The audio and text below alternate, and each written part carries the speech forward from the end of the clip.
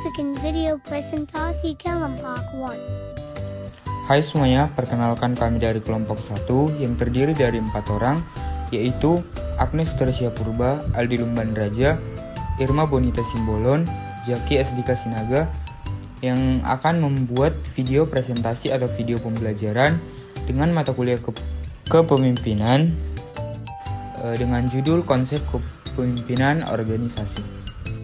Di sini kami membuat 5 topik pembahasan. Yang pertama yaitu pengertian kepemimpinan, yang kedua teori kepemimpinan dalam organisasi, yang ketiga fungsi kepemimpinan dalam organisasi, yang keempat pendekatan organisasi, dan yang terakhir yaitu studi kasus. Baiklah, di sini saya akan menjelaskan pengertian kepemimpinan. Kepemimpinan yaitu kekuasaan untuk mempengaruhi seseorang baik dalam mengerjakan sesuatu atau tidak mengerjakan sesuatu. Berikut beberapa definisi dari kepemimpinan.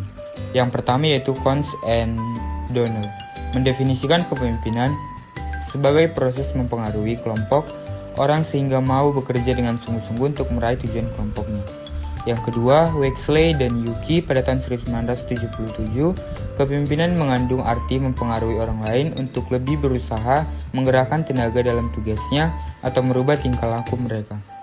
Di pembahasan yang kedua yaitu teori kepemimpinan dalam organisasi. Ada beberapa teori kepemimpinan dalam organisasi. Yang pertama teori sifat, kecerdasan, inisiatif, keterbukaan dan perasaan humor, antusiasme, kejujuran, simpatik, kepercayaan pada diri sendiri atau PD. Yang kedua teori kelompok atau berskala psikolog sosial. Pertukaran antara pemimpin dan pengikutnya, konsep sosiologi memperhitungkan dan membantu pengikutnya pemberian perhatian. Yang ketiga yaitu teori situasional dan model kontingenal.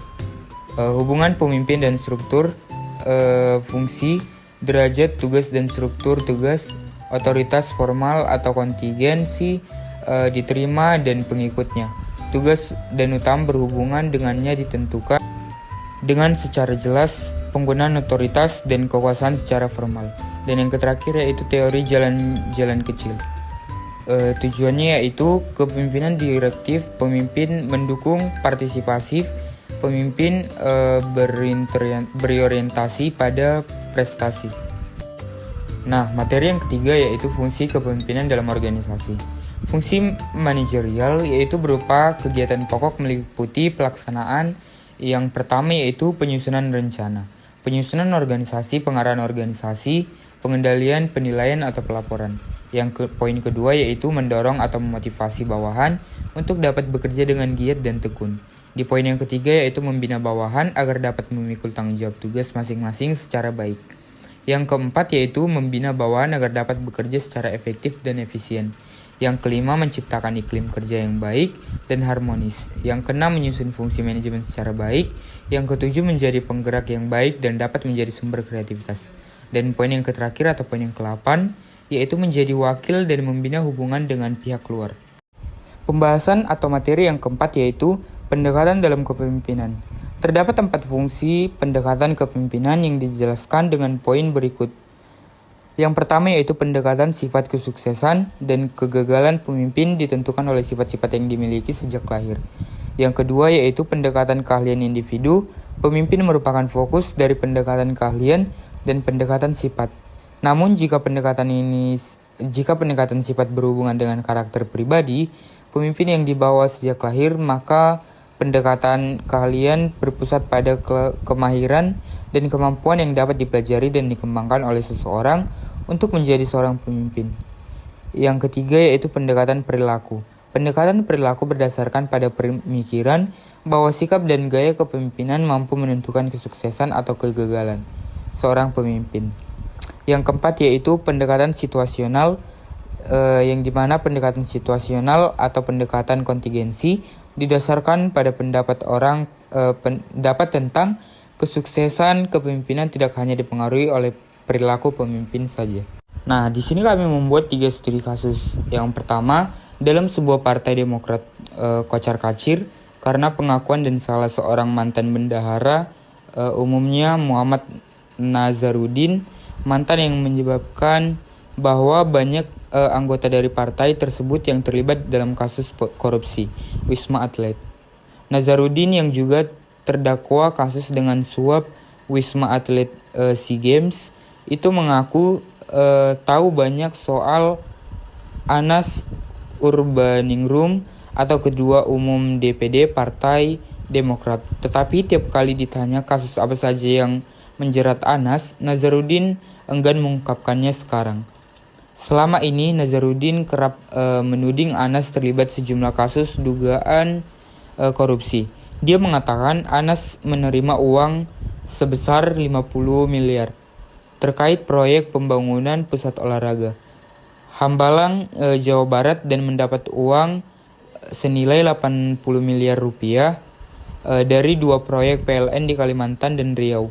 Belakangan Yunialis saat beraksi di persidangan mengungkapkan adanya aliran dana Permai Group senilai 150 juta kepada Anas. Saat Kongres Partai Demokrat di Bandung pada tahun 2010. Yohanis juga menyebutkan adanya dana 100 juta ke Anies yang mencalonkan diri sebagai Ketua Umum DPD Partai Demokrat. Selain itu, Yulianis mengungkapkan adanya gelontoran uang senilai 30 miliar dan 5 juta dolar AS ke Kongres Partai Demokrat. Dalam kongres tersebut, Anas terpilih sebagai Ketua Umum. Nazarudin juga sempat menyinggung masalah ini. Katanya masalah ini adalah masalah personal yang tidak ada kaitannya dengan partai. Masuk di kesimpulan, yaitu kami buat kesimpulan yang dapat penulis sampaikan, yaitu organisasi adalah alat dari suatu kegiatan yang dilakukan dari beberapa orang atau lebih yang bekerja sama untuk mencapai tujuan tertentu. Untuk mencapai tujuan tersebut, maka dipilihlah seorang pemimpin sebagai penggerak atau motivator dalam organisasi. Terdapat beberapa teori kepemimpinan dalam organisasi, yaitu teori sifat, teori kelompok atau berskala psikolog sosial, teori institusional dan model, dan teori jalan-jalan kecil tujuan. Kriteria pemimpin yang baik bukan dari gaya kepemimpinan saja, juga sudah sejauh mana pengaruh dia sebagai seorang pemimpin dalam organisasi. Sekian dari hasil pemaparan video presentasi atau video pembelajaran kami ucapkan terima kasih.